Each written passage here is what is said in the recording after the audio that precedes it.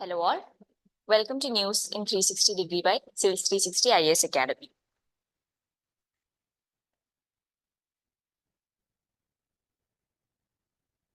So, ഇന്നത്തെ first news എന്ന് പറയുന്നത് പ്രിസൺസിലെ കാസ്റ്റ് ബയസും സെഗ്രിഗേഷനും ഡിഗ്നിറ്റിയെ വയലേറ്റ് ചെയ്യുന്നു എന്ന് പറഞ്ഞ് സുപ്രീം കോടതി ഒബ്സർവ് ചെയ്തിട്ടുണ്ട്. അത് മാത്രമല്ല, പ്രിസൺ മാനുവൽ 2016 ബേസ് ചെയ്തിട്ടുള്ള റിഫോംസ് പ്രിസൺസ് കൊണ്ടുവരണം എന്നും സുപ്രീം കോടതി പറഞ്ഞിട്ടുണ്ട്. സോ ആ ഒരു കോണ്ടെക്സ്റ്റില്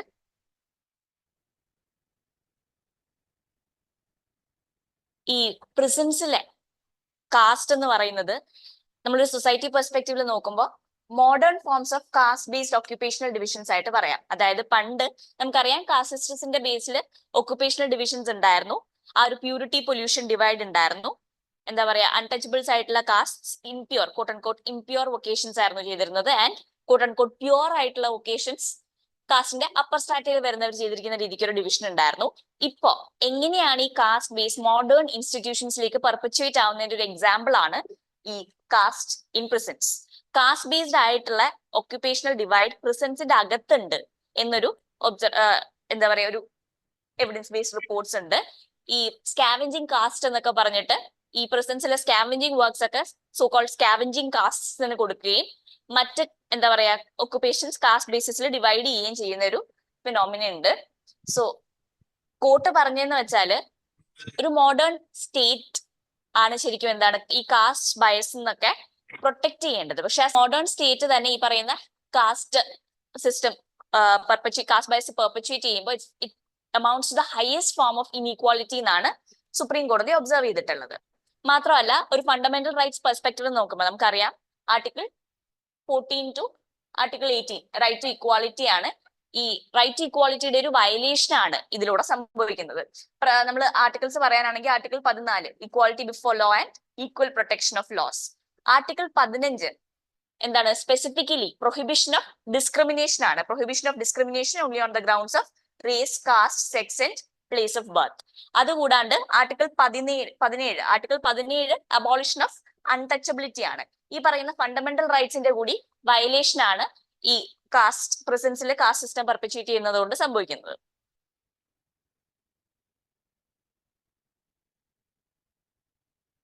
സോ ഡീനോട്ടിഫൈഡ് ട്രൈബ്സ് എന്ന് പറഞ്ഞൊരു ഗ്രൂപ്പ് ഉണ്ട്. ഈ ഡീനോട്ടിഫൈഡ് ട്രൈബ്സിനെയൊക്കെ പ്രിസൻസിന്റെ അകത്ത് ഹാബിച്വൽ ഒഫൻഡേഴ്സ് ആയിട്ടാണ് കൺസിഡർ ചെയ്യുന്നത്. ശരിക്കും ഒരു കൊളോണിയൽ നിയമപ്രകാരമാണ് ഈ സർട്ടൻ ട്രൈബ്സിനെ ക്രിമിനൽ ട്രൈബ്സ് ആയിട്ട് പ്രഖ്യാപിച്ചത്. ഇൻഡിപെൻഡൻസിന് ശേഷം ആ ക്രിമിനൽ ട്രൈബ്സിനെ ഡീനോട്ടിഫൈ ചെയ്യുകയുണ്ടായി, അതായത് ആ പ്രൊവിഷൻ റിപ്പീൽ ചെയ്യുകയുണ്ടായി. പക്ഷെ ഇപ്പോഴും ഈ പറയുന്ന ഡീനോട്ടിഫൈഡ് ട്രൈബ്സിനെ ഹാബിച്വൽ ഒഫൻഡേഴ്സ് ആയിട്ട് കൺസിഡർ ചെയ്യുന്ന ഒരു പ്രവണതയും പ്രിസൻസിന്റെ ഉള്ളിൽ കാണുന്നുണ്ട്.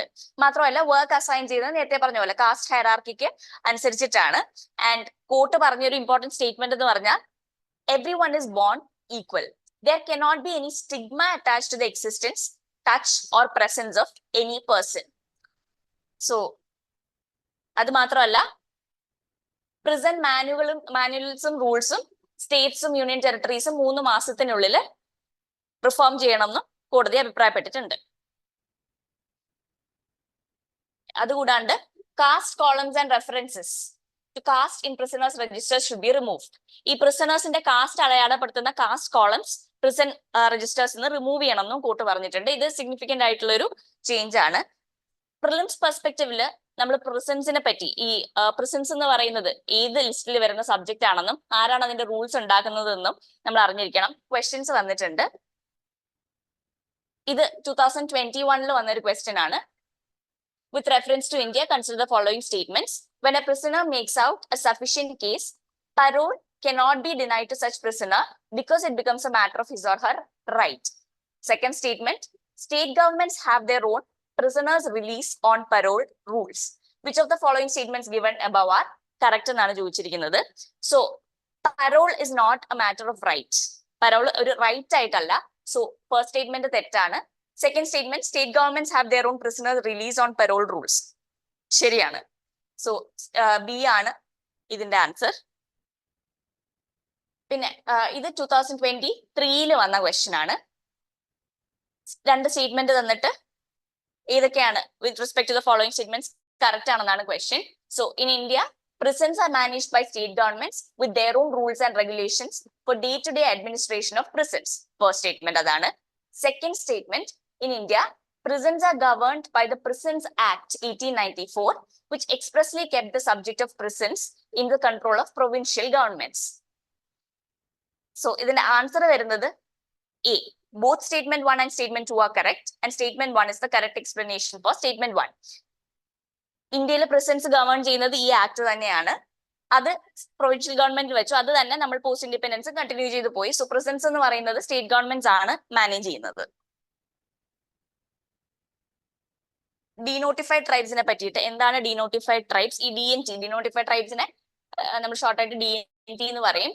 ഡീനോട്ടിഫൈഡ് ട്രൈബ്സിന്റെ വെൽഫെയർ ഇതൊക്കെ നമുക്ക് സോഷ്യൽ ജസ്റ്റിസ് പെർസ്പെക്റ്റീവിൽ അറിഞ്ഞിരിക്കണം. ഡീനോട്ടിഫൈഡ് ട്രൈബ്സ് എന്ന് പറയുന്നത് നേരത്തെ പറഞ്ഞതുപോലെ ആ ഒരു criminal tribes act, colonial government criminal tribes ആക്ടിന്റെ കീഴിൽ നോട്ടിഫൈ ചെയ്യപ്പെട്ട കമ്മ്യൂണിറ്റീസിനെയാണ് ക്രിമിനൽ ട്രൈബ്സ് എന്ന് പറയാ. ശരിക്കും ഈ കമ്മ്യൂണിറ്റീസ് അധികം എന്താണ് ഒരു നൊമാഡിക് നേച്ചറുള്ള കമ്മ്യൂണിറ്റീസ് ആയിരുന്നു. ഇവരെ സെറ്റിൽ ചെയ്യിക്കുക അല്ലെങ്കിൽ അഗ്രികൾച്ചർ ഈ പ്ലാന്റേഷൻ വർക്കിലേക്കൊക്കെ ഏർപ്പെടുത്താനായിട്ട് കൊളോണിയൽ ഗവൺമെന്റ് എക്കണോമിക് റീസൺസ് ഉണ്ടായിരുന്നു ഇവരെ ക്രിമിനൽ ട്രൈബ്സ് ആയിട്ട് ക്ലാസിഫൈ ചെയ്യാനായിട്ട്. പലപ്പോഴും ഇവരുടെ ഓട്ടോണമിയൊക്കെ ചോദ്യം ചെയ്യുന്ന രീതിക്ക് ബ്രിട്ടീഷ് രാജ് ഇടപെടുകയുണ്ടായി. അതുകൊണ്ട് തന്നെയാണ് ഇവർ പലപ്പോഴും അതിനെഗൻസ്റ്റ് റിവോൾട്ട് ചെയ്തതും ഇവരെ ക്രിമിനൽ ട്രൈബ്സ് ആയിട്ട് ക്ലാസിഫൈ ചെയ്തതും. സോ ഇപ്പോഴും എന്താ പറയാ, ഡീനോട്ടിഫൈഡ് ഇന്ത്യൻ ഈ ആക്ട് റിപ്പീൽ ചെയ്യപ്പെടുകയും ഇന്ത്യൻ ഗവൺമെന്റ് 1952 ഡീനോട്ടിഫൈ ചെയ്യുകയും ചെയ്തുവെങ്കിൽ പോലും ഇപ്പോഴും ഇവരുടെ സോഷ്യോ എക്കണോമിക് കണ്ടീഷൻസിൽ ഒരുപാട് മാറ്റങ്ങൾ വന്നിട്ടില്ല. വളരെ മാർജിനലൈസ്ഡ് ആയിട്ടുള്ള ഒരു കമ്മ്യൂണിറ്റിയാണ്. അതിനുശേഷം ഇൻഡിപെൻഡൻസിന് ശേഷം ഒരുപാട് കമ്മീഷൻസ് ഉണ്ടായിട്ടുണ്ട് ട്രൈബൽ വെൽഫെയറിന് വേണ്ടിയിട്ട്. നമ്മൾ പെർട്ടിക്കുലർലി വൾനറബിൾ ട്രൈബൽ ഗ്രൂപ്പ്സ് ഇത് റിലേറ്റഡ് ആയതുകൊണ്ട് പറയുകയാണ്. PVTGs പറ്റിയിട്ട് നമ്മൾ പറയുമ്പോൾ ഇപ്പൊ ദേവാർ കമ്മീഷൻ ഉണ്ട്, അതുപോലെ തന്നെ ജാസ കമ്മിറ്റി ഉണ്ട്. സോ ഇതുപോലത്തെ കമ്മീഷൻസ് ഒക്കെ ഇമ്പോർട്ടന്റ് ആണ്. അതുപോലെ DNTയുടെ കോണ്ടെക്സ്റ്റില് 2014 റീസെന്റ് ആയിട്ട് ഇതിന് മുന്നേ ഉണ്ടായിട്ടുണ്ട്. 2014 ഒരു കമ്മീഷൻ ഉണ്ടായിരുന്നു for denotified nomadic and semi nomadic tribes. 2018 report submit ചെയ്യുകയും they have identified 1262 communities ഇതിന്റെ കീഴിൽ വരുന്നത്. and they suggested a permanent commission for these communities. പക്ഷെ ഈ പെർമനന്റ് കമ്മീഷന് പകരം ഗവൺമെന്റ് ഒരു development and welfare board for denotified nomadic and semi nomadic communities ആണ് സെറ്റപ്പ് ചെയ്തിട്ടുള്ളത് under the societies registration act 1860. പിന്നെ അത് കൂടാണ്ട് ഒരുപാട് മെഷേഴ്സ് ഉണ്ട്. For example Nanaji Deshmukh scheme for construction of hostels. ഈ പറയുന്ന DNT കമ്മ്യൂണിറ്റീസിന് വേണ്ടിയിട്ട് ഹോസ്റ്റൽ കൺസ്ട്രക്ഷന് വേണ്ടിയിട്ട് ഒരു സ്കീം ഉണ്ട്. അതുകൂടാണ്ട് post matric scholarship, doctor Ambedkar pre matric and post matric scholarship for DNTs എന്ന് പറഞ്ഞ മറ്റൊരു സ്കീമും ഉണ്ട്. സോ ഇതുപോലത്തെ സ്കീംസ് എന്തൊക്കെയാണ്, ഫർദർ ഒരുപാട് സ്കീംസ് ഉണ്ട്, അതൊക്കെ എന്തൊക്കെയാണെന്ന് നോക്കി വെക്കുക. ഈ കമ്മിറ്റീസിന്റെ റെക്കമെൻഡേഷൻസ് എന്താണെന്നുള്ളത് നോക്കി വെക്കുക.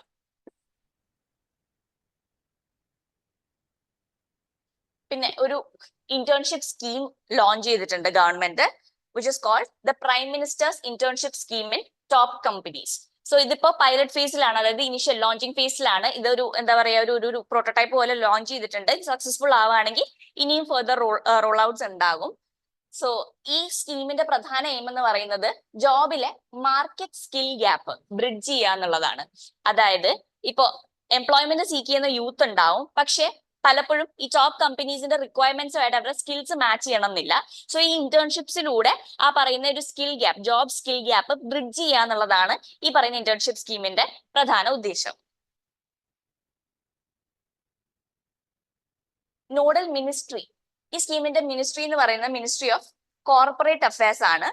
ഏകദേശം 1 crore യൂത്തിനെ വിത്തിൻ 5 years ട്രെയിൻ ചെയ്യാനാണ് ഈ സ്കീമിന്റെ എയിം. സോ ഇൻകം ലിമിറ്റ് ഉണ്ട്. ആനുവൽ ഇൻകം 8 ലക്ഷത്തിൽ കൂടുതലുള്ളവർ, 8 ലക്ഷം ഓർ എബവ് ആയിട്ടുള്ളവർ ഇതിന് എലിജിബിൾ ആവില്ല. മാത്രമല്ല പോസ്റ്റ് ഗ്രാജുവേറ്റ് സ്റ്റുഡൻസ് അല്ലെങ്കിൽ സെൻട്രൽ ഗവൺമെന്റിലോ സ്റ്റേറ്റ് ഗവൺമെന്റിലോ റെഗുലർ എംപ്ലോയീസ് ആയിട്ടുള്ള പാരന്റ്സ് ഉള്ളവർ, അവർ പിന്നെ ഈ premier institutes like IIT, IIMs, MBBS പോലത്തെ ക്വാളിഫിക്കേഷൻസ് ഉള്ളവരൊന്നും ഈ സ്കീമിന് എലിജിബിൾ ആവില്ല. മാത്രമല്ല ഈ സ്കീമിൽ ചെയ്യുന്നതെന്ന് വെച്ചാൽ ആപ്ലിക്കൻസ്, നമ്മളൊരു പോർട്ടൽ ഉണ്ട്, EPM ഇന്റേൺഷിപ്സിന്റെ ഒരു പോർട്ടൽ ഉണ്ട്. ആ പോർട്ടലിൽ നമ്മൾ അപ്ലൈ ചെയ്യും.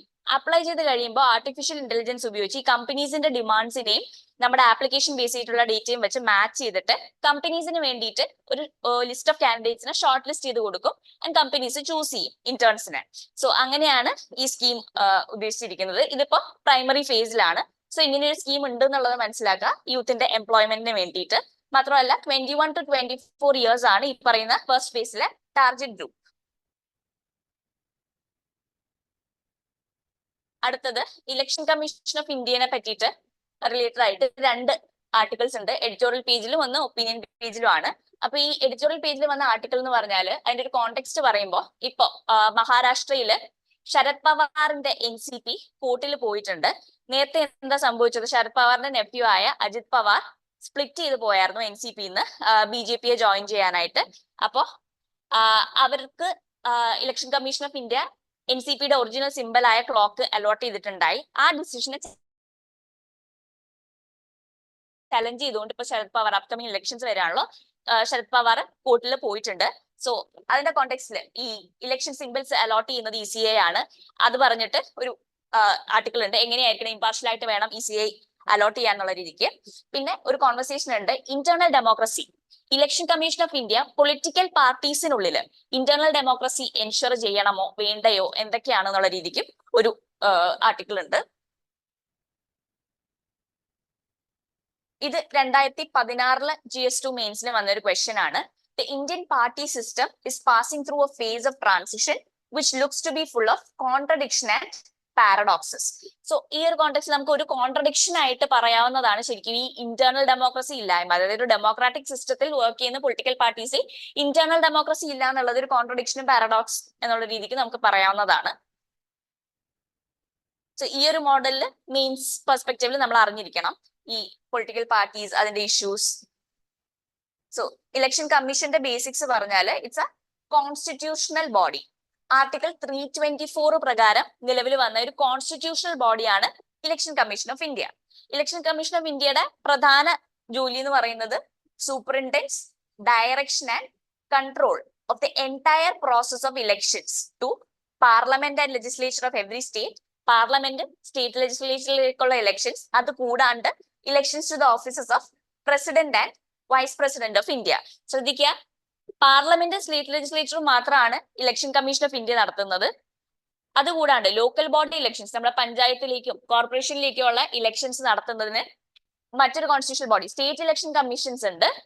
സോ അത് ഇലക്ഷൻ കമ്മീഷൻ ഓഫ് ഇന്ത്യ അല്ല നടത്തുന്നത്, അത് ഓർത്ത് വെക്കുക. സോ ഇതിന്റെ കോമ്പസിഷൻ എന്ന് പറയുന്നത് chief election commissioner and such number of other ECs as the president may from time to time fix. So chief election commissioner എന്തായാലും ഉണ്ടാവും. അത് കൂടാണ്ട് മറ്റ് ഇലക്ഷൻ കമ്മീഷണേഴ്സിന്റെ നമ്പർ ഫിക്സ് ചെയ്യുന്നത് പ്രസിഡന്റ് ആണ്. ആസ് ഓഫ് നൗ നമുക്ക് chief election commissioner plus 2 other election commissioners, total ഒരു 3 member ബോഡിയാണ് ഇപ്പോഴത്തെ election commission.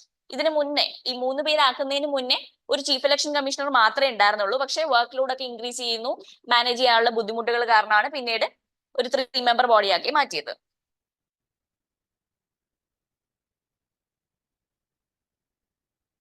Party symbols allot ചെയ്യുക, ഈ ഇലക്ഷൻ പർപ്പസിന് പാർട്ടി സിംബൽസ് അലോട്ട് ചെയ്യേണ്ട ഡ്യൂട്ടി ഇലക്ഷൻ കമ്മീഷൻ ഓഫ് ഇന്ത്യയുടെ ആണ്.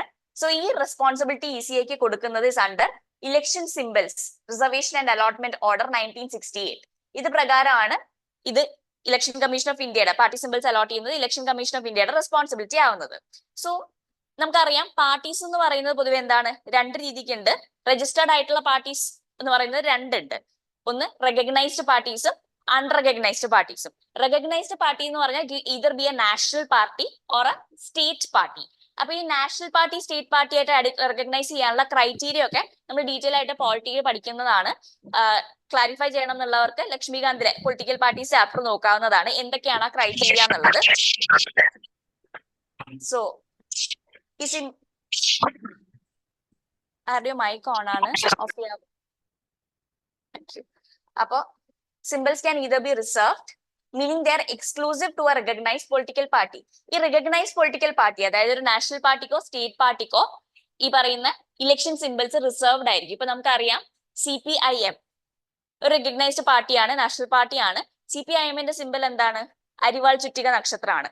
കോൺഗ്രസ് കൈപ്പത്തിയൊക്കെയാണ്. സോ ഇവർക്ക് റിസർവ്ഡ് ആയിട്ടുള്ള സിംബൽസ് ഉണ്ടാവും. ആൻഡ് അല്ലാത്ത പാർട്ടീസിന് കുറച്ച് ഫ്രീ സിംബൽസ് ഉണ്ടാവും. രജിസ്റ്റേർഡ് ആയിട്ടുള്ള അൺറെക്കഗ്നൈസ്ഡ് ആയിട്ടുള്ള പാർട്ടീസിന് കുറച്ച് ഫ്രീ സിംബൽസ് ഉണ്ടാവും, അതിൽ നിന്ന് ചൂസ് ചെയ്യാൻ പറ്റും. സോ ഈ പറയുന്ന list EC publishes list specifying the parties and their symbols through a notification in the Gazette of India. ഈ അലോട്ട് ചെയ്തിട്ടുള്ള ഇലക്ഷൻ സിംബൽസ് ഒരു ഗസറ്റിലൂടെ ECI പബ്ലിഷ് ചെയ്യും.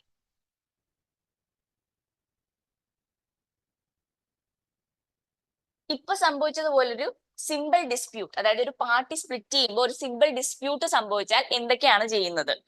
സോ അതില് ഇലക്ഷൻ കമ്മീഷന് ഡിസൈഡ് ചെയ്യാനായിട്ട് സുപ്രീം കോടതി ഒരു സാദിഖ് അലി കേസിൽ 3 ടെസ്റ്റുകൾ പറഞ്ഞിട്ടുണ്ട്. ആ ടെസ്റ്റ് എന്ന് പറയുന്നത് first one, test of AIIMS and objects of party constitution. Party ഈ പുതിയ പാർട്ടി സ്പ്ലിറ്റ് ചെയ്ത് കോൺസ്റ്റിറ്റ്യൂട്ട് ചെയ്തതിന്റെ എയിംസും ഒബ്ജക്ട്സും ഒരു ടെസ്റ്റ് ചെയ്യുക. അതിന് ഒരു കൺക്ലൂസീവ് ആയിട്ടൊന്നും ക്ലിയർ ആയിട്ടില്ല എങ്കിൽ next test of party constitution, അതായത് ഏറ്റവും കൂടുതൽ മെമ്പേഴ്സും പാർട്ടി ഡെലിഗേറ്റ്സും ഒക്കെ ഈ പേരന്റ് പാർട്ടിന്ന് ഈ പേരന്റ് പാർട്ടിയിലുള്ളതാണോ അതോ ഈ സ്പ്ലിറ്റ് ആയ ഫാക്ഷനിലാണോ ഏറ്റവും കൂടുതൽ മെമ്പേഴ്സ് ഒക്കെ ഉള്ളത് എന്നുള്ളത് ഡിസൈഡ് ചെയ്യുക. അത് വെച്ചിട്ട് അടുത്ത ടെസ്റ്റ് ഉണ്ട്. And the third test is test of majority.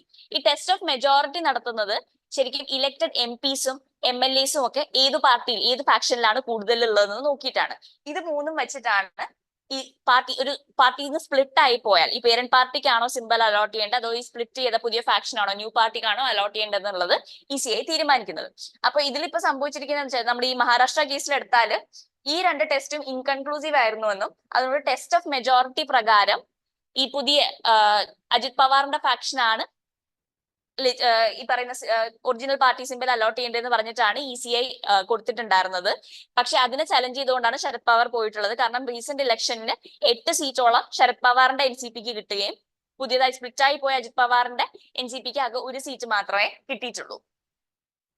So ഇനി ഇത് രണ്ടും ലെജിസ്ലേറ്റീവ് വിന്നും ഓർഗനൈസേഷണൽ വിന്നും ഒക്കെ ഇൻഡിസൈസീവ് ആണെങ്കിൽ, ഇതിലൂടെ ഒന്നും ഒരു കൺക്ലൂസീവ് ഡിസിഷനിൽ എത്താൻ പറ്റിയിട്ടില്ല എങ്കിൽ ഈ പറയുന്ന പാർട്ടി സിമ്പിളിന് ECIക്ക് ഫ്രീസ് ചെയ്യാനുള്ള പവർ ഉണ്ട്. അതായത് നിങ്ങളുടെ ഈ ഒറിജിനൽ പാർട്ടി സിമ്പിളിനെ ഫ്രീസ് ചെയ്യും, 2 പാർട്ടിക്കും ഒരു ഈക്വൽ ഗ്രൗണ്ട് കൊടുക്കും, ഇതല്ലാത്ത വേറെ സിമ്പിൾ ചൂസ് ചെയ്തോളാൻ പറഞ്ഞിട്ട് ഒരു ഈക്വൽ ഗ്രൗണ്ട് കൊടുക്കും. സോ ഇൻ കേസ് സ്പ്ലിന്റർ ഗ്രൂപ്പ്, അതായത് പുതിയതായിട്ട് സ്പ്ലിറ്റ് ചെയ്ത ഗ്രൂപ്പ് പാർട്ടി സിമ്പിൾ കിട്ടിയിട്ടില്ല എങ്കിൽ അതിന് പുതിയൊരു സെപ്പറേറ്റ് പാർട്ടി ആയിട്ട് രജിസ്റ്റർ ചെയ്യേണ്ടി വരും. പിന്നെ ഒന്നേന്ന് ഇലക്ഷൻസ് ഒക്കെ എന്താ പറയാ ഇലക്ഷൻസ് ഫൈറ്റ് ചെയ്ത് റെക്കഗ്നിഷൻ നേടേണ്ടി വരും. അതുവരേക്കും അതൊരു രജിസ്റ്റേർഡ് അൺറെക്കഗ്നൈസ്ഡ് പാർട്ടി ആയിരിക്കും.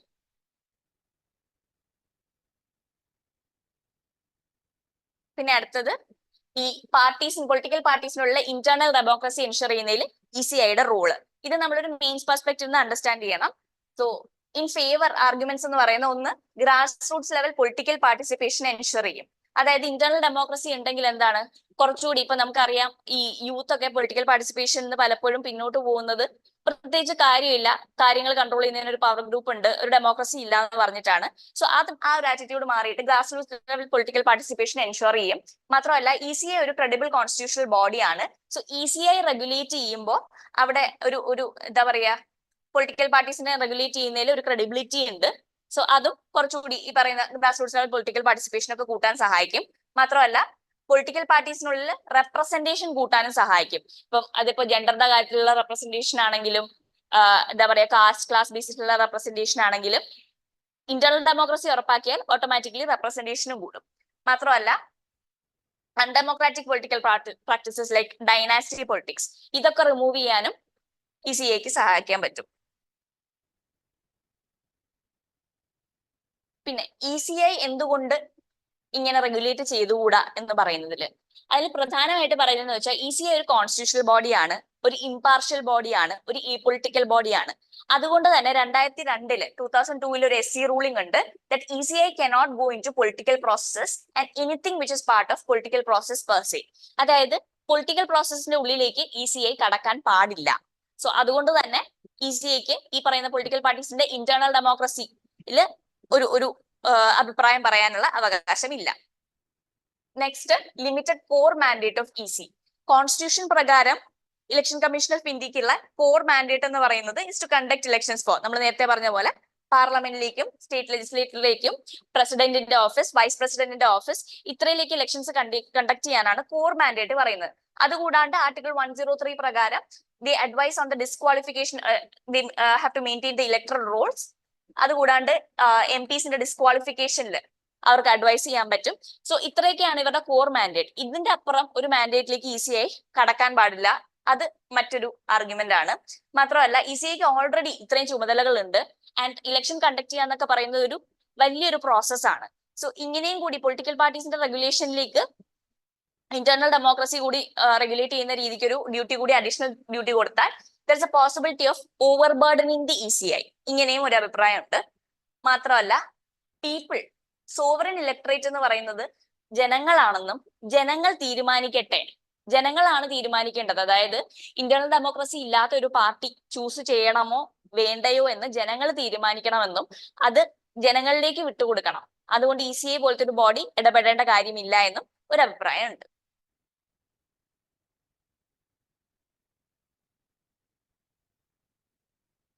അടുത്തൊരു news, SC slams air pollution panel for failing to stop stubble burning. Stubble എന്ന് പറയുന്നത് നമുക്കറിയാം ഈ ക്രോപ്പ് റെസിഡ്യൂ ആണ്.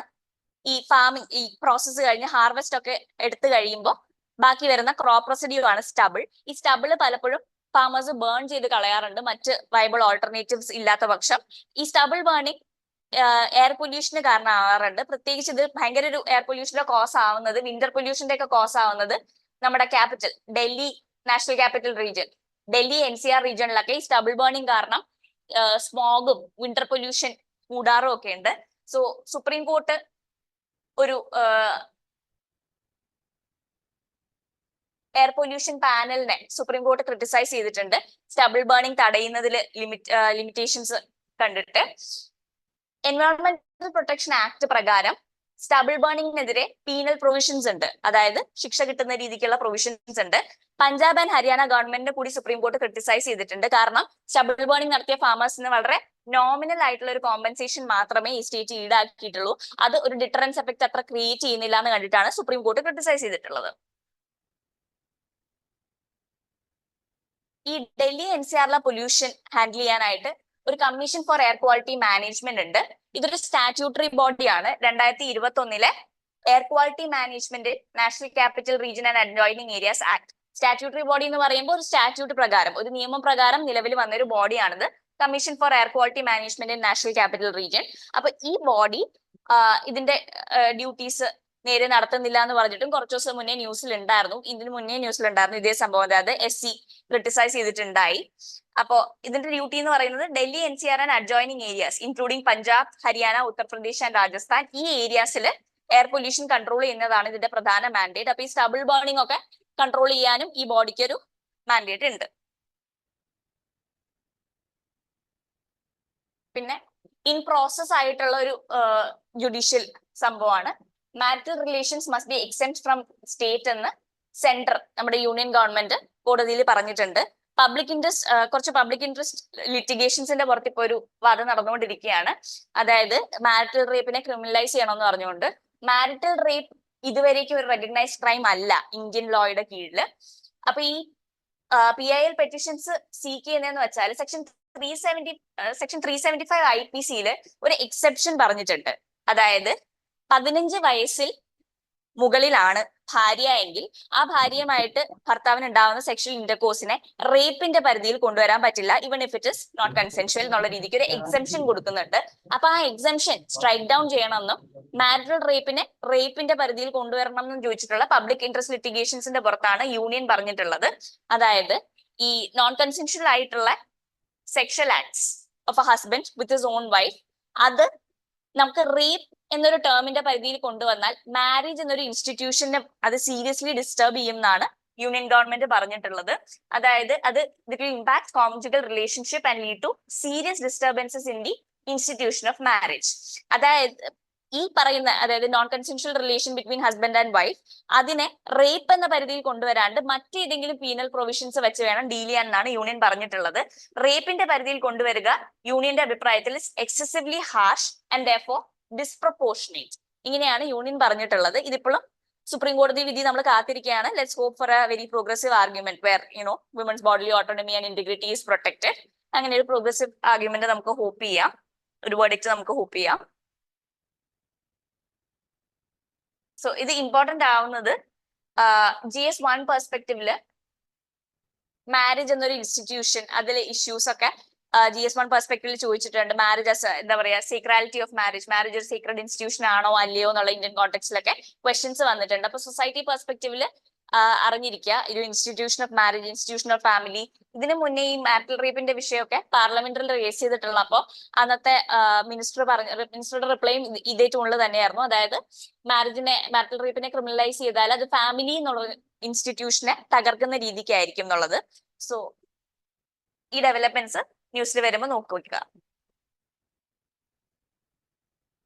സോ പിന്നെ നെക്സ്റ്റ് ന്യൂസ് എന്ന് പറയുന്നത് മറാഠി കൂടാണ്ട് മറാഠി, ബംഗാളി, അസമീസ്, പാലി, പ്രാകൃത് എന്നിങ്ങനെ 5 ലാംഗ്വേജസിന് കൂടി ക്ലാസിക്കൽ ലാംഗ്വേജസ് ടാഗ് കൊടുത്തു എന്ന് പറഞ്ഞിട്ടാണ്. ഇതുവരേക്കും 6 ലാംഗ്വേജസിനായിരുന്നു ക്ലാസിക്കൽ ലാംഗ്വേജസിന്റെ ടാഗ് ഉണ്ടായിരുന്നത്. തമിഴ്, തെലുഗു, സാൻസ്ക്രിറ്റ്, കന്നഡ, മലയാളം, ഒഡിയ. ഇത്രയും ലാംഗ്വേജസിനായിരുന്നു ഇതുവരേക്കും ക്ലാസിക്കൽ ലാംഗ്വേജസിന്റെ ടാഗ് ഉണ്ടായിരുന്നത്. ഇപ്പൊ ലേറ്റസ്റ്റ് ആയിട്ട് Marathi, Bengali, Assamese, Pali and Prakrit. Hindi ഇല്ലാന്ന് ശ്രദ്ധിക്കുക. ഹിന്ദി ഒഴിച്ച് ബാക്കി ഇത്രയും 11ഓളം ലാംഗ്വേജസിന് ഇപ്പോൾ ക്ലാസിക്കൽ ലാംഗ്വേജസിന്റെ ടാഗ് കിട്ടിയിട്ടുണ്ട്. ഈ ക്ലാസിക്കൽ ലാംഗ്വേജസ് ആയിട്ട് ഡീൽ ചെയ്യുന്ന മിനിസ്ട്രി എന്ന് പറയുന്നത് മിനിസ്ട്രി ഓഫ് കൾച്ചർ ആണ്. മിനിസ്ട്രി ഓഫ് കൾച്ചർ ഈ ക്രൈറ്റീരിയയുടെ ക്ലാസിഫിക്കേഷൻ കൊടുത്തിട്ടുണ്ടായിരുന്നു പാർലമെന്റിൽ 2014. അത് പ്രകാരം ഒരു ലാംഗ്വേജ് ക്ലാസിക്കൽ ലാംഗ്വേജ് ആയിട്ട് ക്ലാസിഫൈ ചെയ്യണമെങ്കിൽ there must be extraordinary antiquity of its early transcripts or verified history over a period of 1500 to 2000 years. അതായത് 1500-ലും 2000-നും ഇടയ്ക്ക് വർഷങ്ങളോളം പഴക്കമുള്ള ഒരു എന്താ പറയാ ആന്റിക്വിറ്റി ഓഫ് ട്രാൻസ്ക്രിപ്റ്റ്സ്, അതിനൊരു ഹിസ്റ്ററി ഉണ്ടായിരിക്കണം, ഒരു വെരിഫൈഡ് ഹിസ്റ്ററി ഉണ്ടായിരിക്കണം. പിന്നെ body of ancient literature or text which are considered valuable heritage by generations of speakers.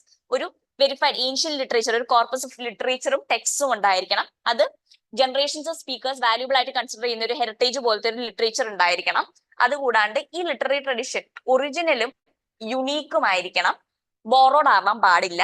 4, ഈ ലിറ്ററേച്ചർ എന്ന് പറയുന്നത് മോഡേൺ ലിറ്ററേച്ചർ ഡൈവേഴ്സ് ആയിരിക്കും. ഈ പറയുന്ന നമ്മൾ പറഞ്ഞ ഏൻഷ്യൻ ലിറ്ററേച്ചർ കോർപ്പസ് എന്ന് പറയുന്നത് മോഡേൺ ലാംഗ്വേജിനും ലിറ്ററേച്ചറിനും ഡൈവേഴ്സ് ആയിരിക്കും. പക്ഷേ എന്താ പറയാ ഒരു ലേറ്റർ ഫോം ഓഫ് എന്താ ഒരു ഡിസ്കണ്ടിന്യൂറ്റി ഉണ്ടാകാം. ഇപ്പം ഒരു ക്ലാസിക്കൽ ലാംഗ്വേജ് നിന്ന് പിന്നീട് വരുന്ന സ്പ്രൗട്ട്സിൽ ഡിസ്കണ്ടിന്യൂറ്റി ഉണ്ടാകാം. അത് ക്ലാസിക്കൽ ലാംഗ്വേജ് അല്ല എന്ന് പറയുന്നതിൽ എന്താ പറയാ, അത് ക്ലാസിക്കൽ ലാംഗ്വേജ് ലേറ്റർ സ്പ്രൗട്ട്സിന് ഈ പറയുന്ന ക്ലാസിക്കൽ ലാംഗ്വേജുമായിട്ട് ബന്ധമില്ല എന്നുള്ളത് ഇതിനെ ക്ലാസിക്കൽ ലാംഗ്വേജ് അല്ലാണ്ടാക്കുന്നില്ല. സോ ഇതൊക്കെയാണ് 4 ക്രൈറ്റീരിയ ഗവൺമെന്റ് പറഞ്ഞിട്ടുള്ളത്. അപ്പൊ ഈ ക്ലാസിക്കൽ ലാംഗ്വേജ് ആയിട്ട് ഡിക്ലെയർ ചെയ്താൽ ഇതിന് കുറച്ച് എന്താ പറയാ ഈ ലാംഗ്വേജസിന്റെ ഡെവലപ്മെന്റിന് വേണ്ടിയിട്ട് ഫണ്ട്സ് ഒക്കെ കൊടുക്കും. കുറച്ച് നാൾ മുന്നേ ഇത് ന്യൂസ് വന്നിട്ടുണ്ടായിരുന്നു. അതായത് ഈ ക്ലാസിക്കൽ ലാംഗ്വേജ് ആയ സാൻസ്ക്രിറ്റിന് മാത്രമാണ് ഡിസ്പ്രൊപ്പോർഷനേറ്റ്ലി ഡെവലപ്മെന്റ് ഫണ്ട്സ് കൊടുക്കുന്നതെന്ന് പറഞ്ഞിട്ട് മറ്റ് ലാംഗ്വേജസിന് അത്ര ഫണ്ട് കിട്ടുന്നില്ല.